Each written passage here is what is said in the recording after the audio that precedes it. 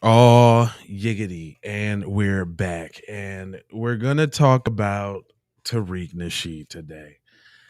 It is, if you ain't been on Twitter, if you ain't been on TikTok, you don't know the skull. Joe, it is going down. I'll be right back on the Keep It B podcast. Yeah.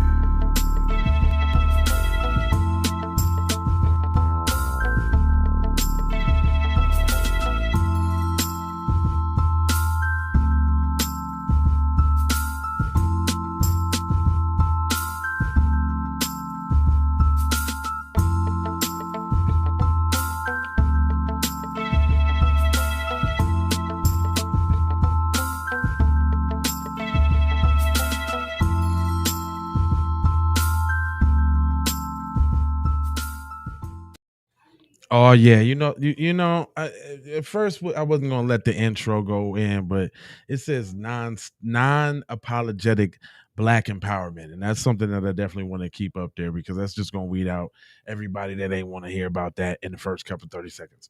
But here we go. Everybody acting like Tariq is some sort of kind of leader. It's just that he got a big platform and he can eloquently break it down. So you know me.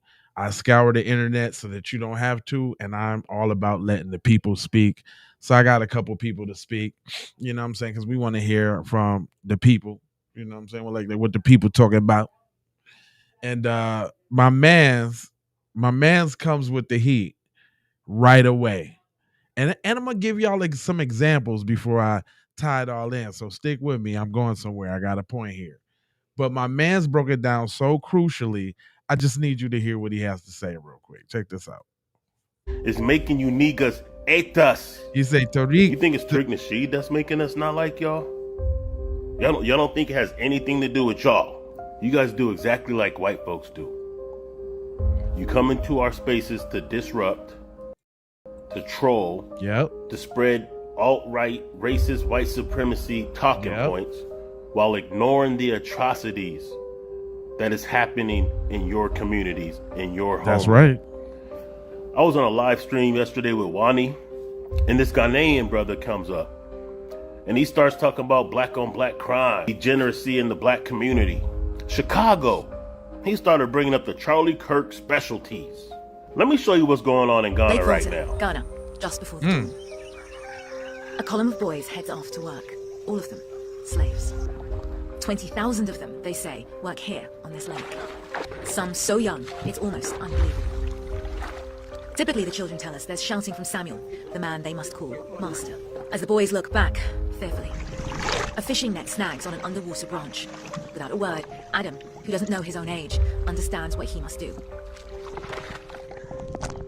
These underwater dives can be deadly. Children are said to get caught up in the nets or tree branches and often drown.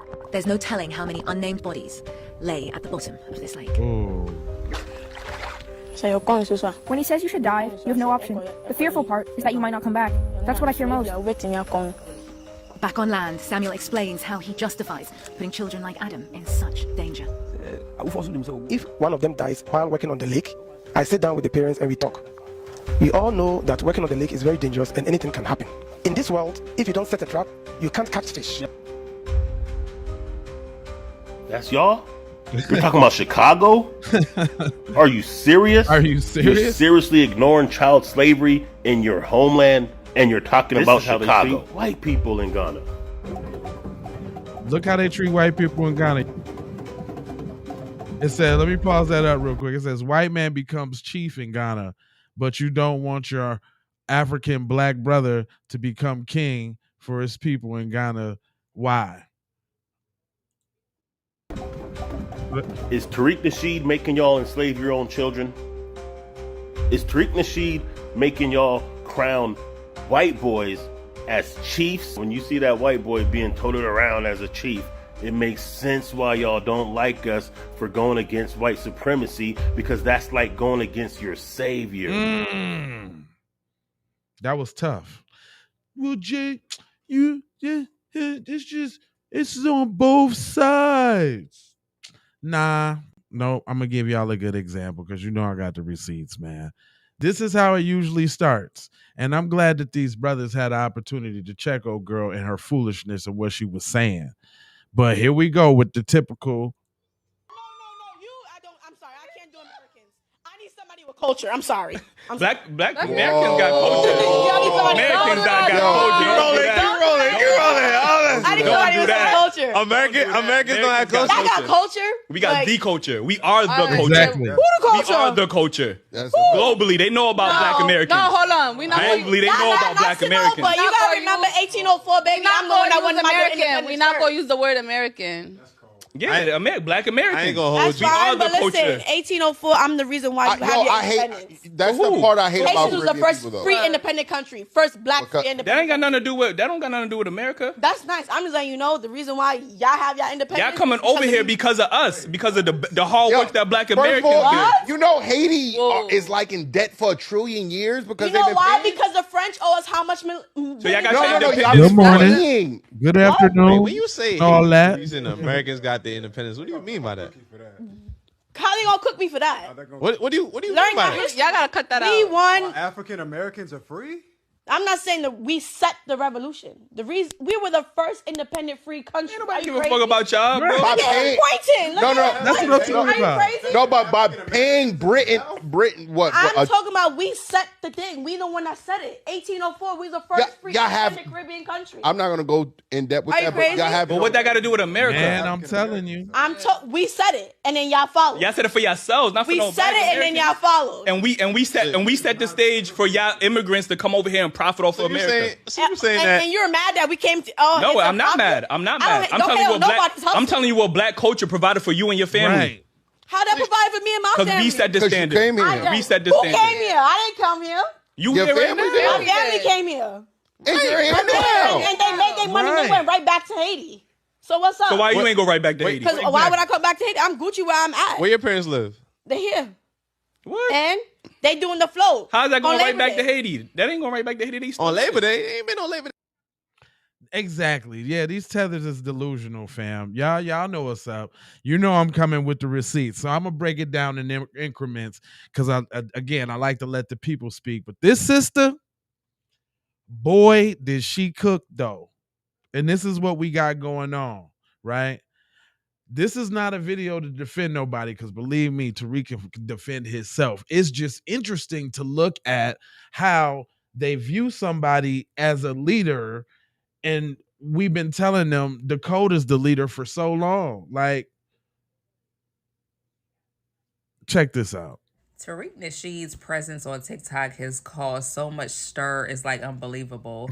Like, he is really on like just cooking folks. But what's funny is that people really think that Tariq Nasheed is like some type of leader of like Black America or a foundation of Black Americans. And they're like, if we take down Tariq Nasheed, we can take down the FBAs. Like as if FBA is some type of religious cult or some type of political ideology. Like, FBA is literally like a lineage. All it means is just another word for Black American. All we did was add foundational to Black American. And they can't foundational stand Black that. American. That's They don't literally like all that. it is.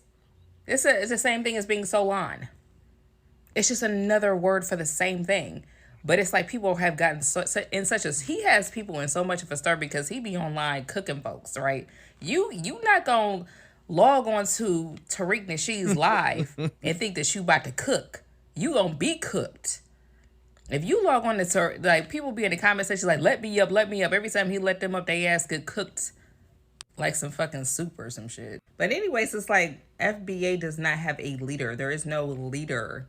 Because it's not a group, it's not a cult, it's not a religion, it's not a political stance. It's just a lineage, it's a ethnicity. That's all it is. It's not hard, folks. And sometimes it got to be said just that simple. But then, is this why they mad, son? you know I wasn't gonna get up out of here without an example of the cook, right? You know I wasn't gonna get out of here. Oh man, there's some greatest hits, but this one I found and it was pretty darn funny. Listen to this. submit to white people, unlike most white. It seems like most African Americans love white people. They adore white people so much. Oh, that's a major projection. Y'all were the ones wallowing on the ground when the Queen of England died. That was you guys running around crying, getting grass all in your peppercorn hair and getting the goosey soup all on the ground, crying because the Queen died. That was you guys. That was you. Well, I'm not familiar with what's going on in Nigeria. All I know is that, I mean, I follow, I read. The fact that you have to erase your homeland from your memory further shows what your culture is about. You see, every time you bring up your homeland, where your family is from, your mama, grandparents, you have to erase it from your damn memory. It's so bad. I don't.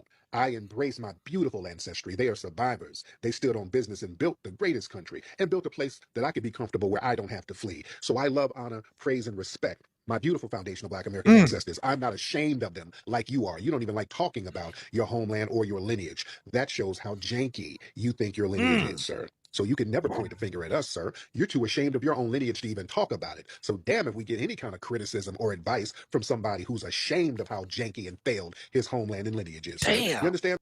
Man. Damn.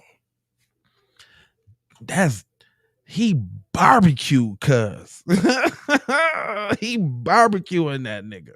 But then that's when you come up saying stupid stuff, though. Like, let's keep it real, y'all. Let's just keep it 100.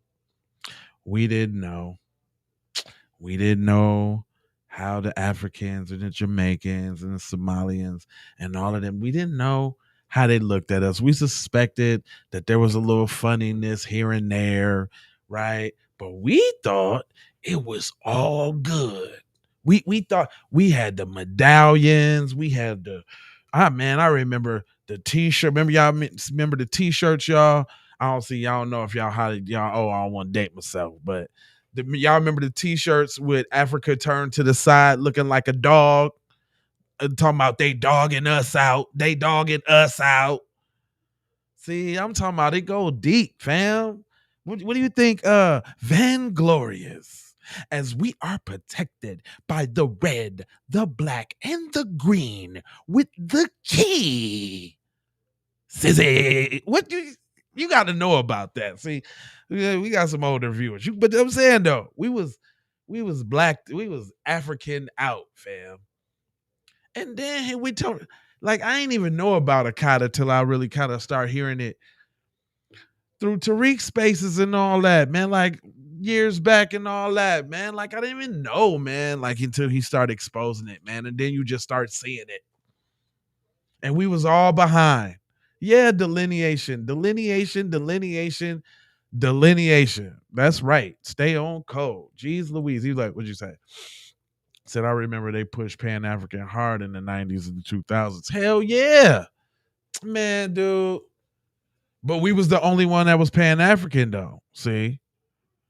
That we was the only one Pan-African. And see, them coming over here not knowing our culture, they got in the schools, they got around us. They might have got clowned a little bit because they was wearing funny outfits. Let's just keep it real. We got clowned. See, and they didn't understand that. They didn't understand that certain people get clowned for certain things. And you just happen to not be combing your hair right or wearing a soccer jersey with some dress pants and some sandals, and they got on your ass. And now, and oh Lord forbid somebody said African booty scratcher, because they're gonna hold on to that for their whole damn lives. How many spaces have y'all seen or heard where they talk about, well, y'all used to call her African booty scratcher back in the day? That shit hurt their soul. But now you see how there's like a giraffe right there. You know what the new soul herder is? The new soul herder. If you say cheetah pea, oh my God. If you say cheetah pea, you're gonna piss somebody straight off, fam. So just hold that one in your back pocket. That's almost like saying nigga to them.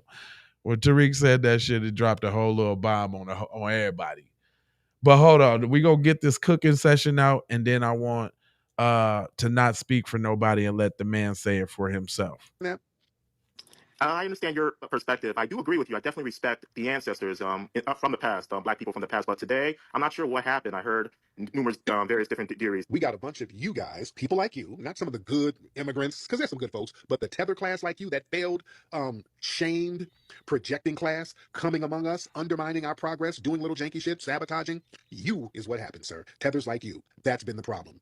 You pointed back in the 1960s when foundational black Americans had things popping. Yes, we did. What happened after the 1960s? Immigration. We thought thinking that we're going to have people like us coming over riding. We got self-hating tethers like yourself who hated themselves, hated their homelands, and were jealous of us. And you wanted to come over and bring that jealous hatred and vitriol over here. And that's been a cancer to us. And that's why we've been delineating. And since we've been delineating, there's been a healing spirit on foundational black Americans. That's right. Who we all got? We got a lot of people up in here.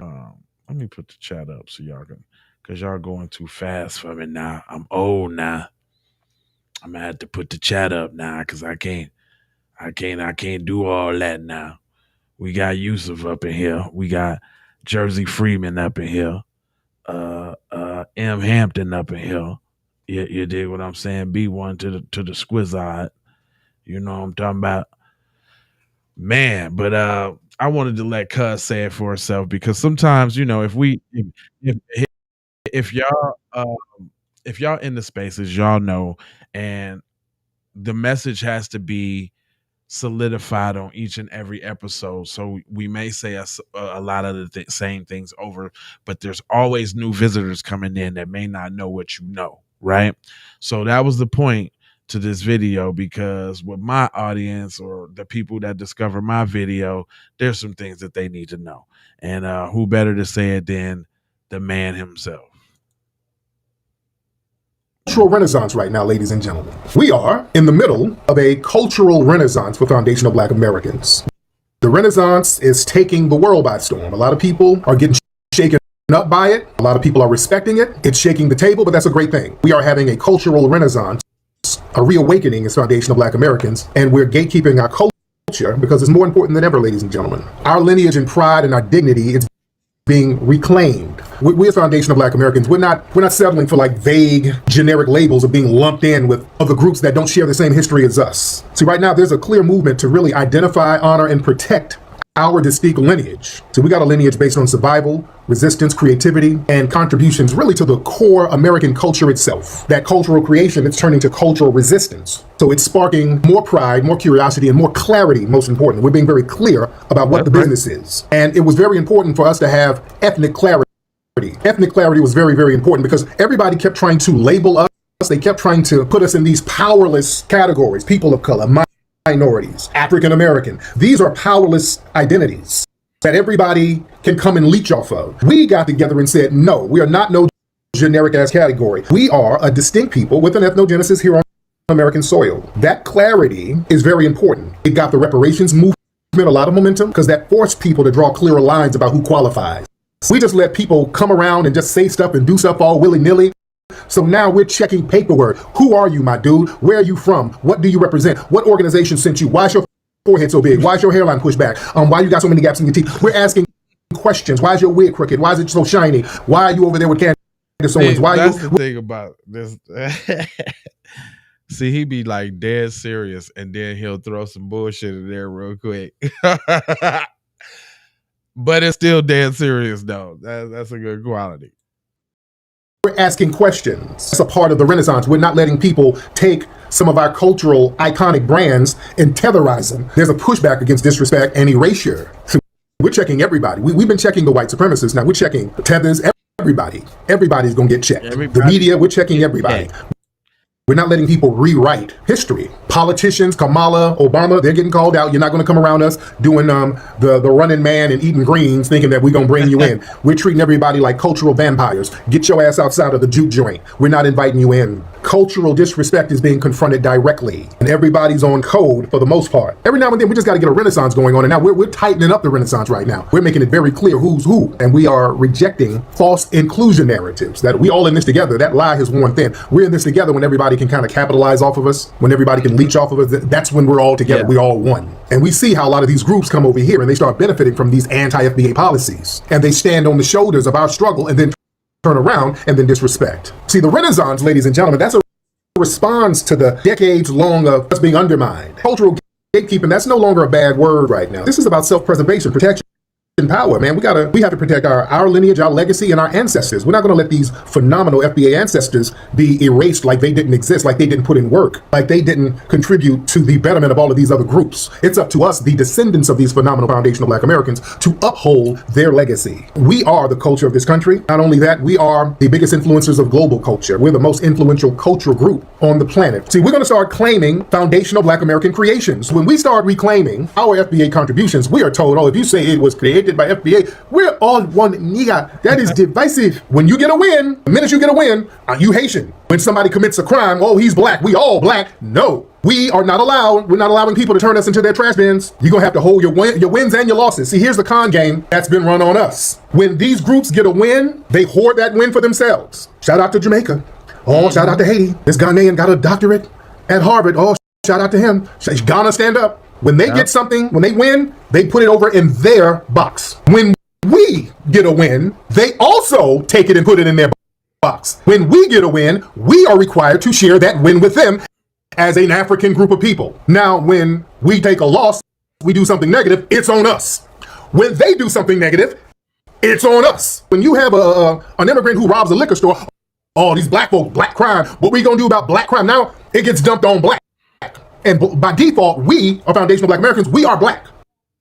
We are the Black group by default. So when something negative gets dumped on Black, no matter what ethnic group it comes from, it gets dumped on us. So they get to share all the wins and none of the damn losses. So now that we're drawing the line, and anytime there's something janky going on, we're like, hey, wait a minute, this dude who just shot up a bunch of people and robbed a liquor store, his hairline looks a little funny. Where is his family from? We do some research. Oh, that nigga, he's from Trinidad somewhere. Right. He ain't us. Oh, wait, what is this shit? What do you mean? If the police pull me over and they don't ask if you're FBA, we ain't doing that. Everybody hold your wins and everybody hold your losses. That's what we're gonna do. If you get a degree or whatever, knock yourself out. But when you get some losses, you're gonna take them losses too. And there's nothing wrong with doing that. Don't let them shame you with the whole one big Negro narrative, because the days of tethering, those days are over. We're not benefiting from this. You come over here and just come up off of all of the struggle, all of the sacrifice, all of the opportunity that we put together. My parents always told me, never hang out with Black people. Don't think that you can be friends with them. Don't think that there's any similarity there besides your skin color. My Nigerian parents don't like Black people. No, Ada, you are not Black. You are not Akata. We are Nigerian. We know where we come from. We are not wayward. Black people are so disrespectful. What is this Black Lives Matter nonsense? Every single life matters. My father being a Jamaican man from Jamaica, my father's side of the family looked at Black Americans a certain way. Distance yourself in a way from Black Americans. You'll be safe. You'll be fine. Don't be like the Black Americans. That was very common that you would hear that. That whole denigrating of us on the low, we just started to see it within the last decade because of social media. They would say this stuff behind closed doors all the time, but because of social media, Twitter and all that stuff, they started getting comfortable enough to say it publicly. To call us lazy after centuries of unpaid, brutal labor, that's slaveholder propaganda. That whole hard-working immigrant, that's what we call survivor hustling. That's not no superior work ethic. Foundational Black Americans paid a heavy price so our children wouldn't have to scramble just so they can exist. The fact that we can live without 3 jobs and 15 damn roommates, that's not no moral flaw. That's a testament to our generational survival and sacrifice, baby. You see, all y'all come over here, y'all start exploiting the system that we died fighting to open for you. We were on the front line of the civil rights movement. You try to make yourself feel better because you're an exploited tether. You're running around here working 20 hours a damn day because you fled your damn homeland and you can't make a real livable wage, and you try to shame us. You guys are lazy. How come you're not working 20 hours? No, because we got sense. We got stability. Y'all ain't running that trick on us. We ain't about to sit up here work. We didn't work long enough like that. We ain't got to work like that. We created a lane where we can make livable wages without working ourselves to the damn bone. You fleeing over here to work 3 fast food jobs. Fleeing is lazy. You took the lazy route. You didn't build your own homeland. We did the heavy lifting already. Your ass is exploited. You a damn refugee. We ain't exploited. We ain't let folks exploit us no more. We stopped that shit. Yeah, we're gatekeeping now. The day of the tethering is over. Everybody's gonna get some damn act right. America is the birthplace for foundational Black Americans. We are not guests here.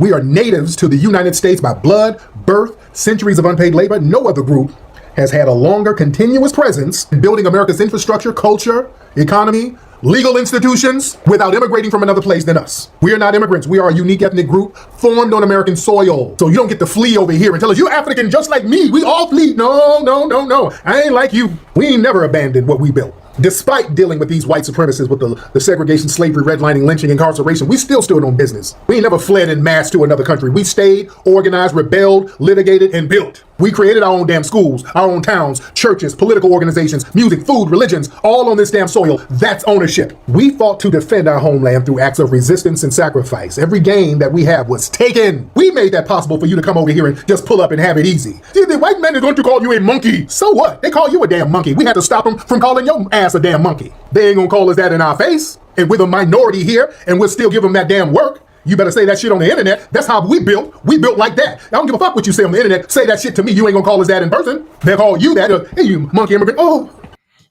understand? Is that why? Is that why they hate Tariq Nasheed, man? If y'all thought, for the people who seen the thumbnail and thought that this was going to be Tariq Nasheed hate video, that is not the case. Because this how the thumbnail look, y'all. I want y'all to see real quick. That's how the thumbnail look. Is this why I hate Tariq Nasheed? Damn, I did that wrong. I fucked that up. Now that I see, moving too fast. I guess I was gonna say everybody, but it don't matter. You know what? The way people work is, and this is psychology, just because it's wrong, people gonna click on it just to talk about it in the comment section, which is gonna give me more engagement, and I love that too. Whatever. I've been doing this so long, it don't even matter. But let me know what y'all think, man. I mean, did he brush it down? Should there be any confusion from here on out about what FBA is and what, should there be any confusion? How many times do we got to explain this to people to let, how many other people got to explain it to you? It ain't like he other people was parroting what he was saying to a T. Man, they know what's up. So I guess you could lead to the most logical is that people who still question it, calling it a group, calling it a cult, calling it, that's Fed shit. That is Democrat employee, I get paid from Democrat online shit. That's what that is. It's out. It's the cat's out the bag now. So I don't want to hear no more about y'all following to reach your leader. How? Come on now. It's 2025. You're supposed to have your little shit in order, man. Listen. I get real upset. Like, I have a low tolerance for the ignorance. Like, when somebody be talking that dumb shit, like, man, all right, cool, you got it, fam. I don't even want to talk no more. I'm gonna let you have that, fam. Because I'm not finna sit up here and argue with your dumb ass. Nigga, I do this, nigga. Like, it's my job to motherfucking know. I fucking consume so much content to be able to stay fresh about what's going on with the movement and the people, because that's what I'm supposed to do. But I ain't gonna hold you. I'm gonna mold you, fold you, and scold you about being on code, and you know that I got 4 words for you. I need you to go ahead and subscribe for the vibes, hit that like button for the excite button for your YouTube, the algorithm. You know what I'm talking about? Leave some comments, say some whatever, I hate you, your sweater's ugly, whatever you want to say. And if you really stomp down, you will share that thing. You know what I'm talking about? And by the way, this is my Uncle Charles sweater. Rest in peace, Uncle Charles. It's my Uncle Charles sweater. Gave me a bunch of sweaters before, you know what I'm saying? I got a bunch of my Uncle Charles sweaters before he died, you know what I'm saying? So I'm feeling like the coolest man in the world right now with my Uncle Charles, man. Rest in peace, Charles Starks. You know what I'm talking about? That's real. And love, peace, blessings, and aloha. I'm out the door. For sure, how you already know. Play this song before we go. Yeah, good.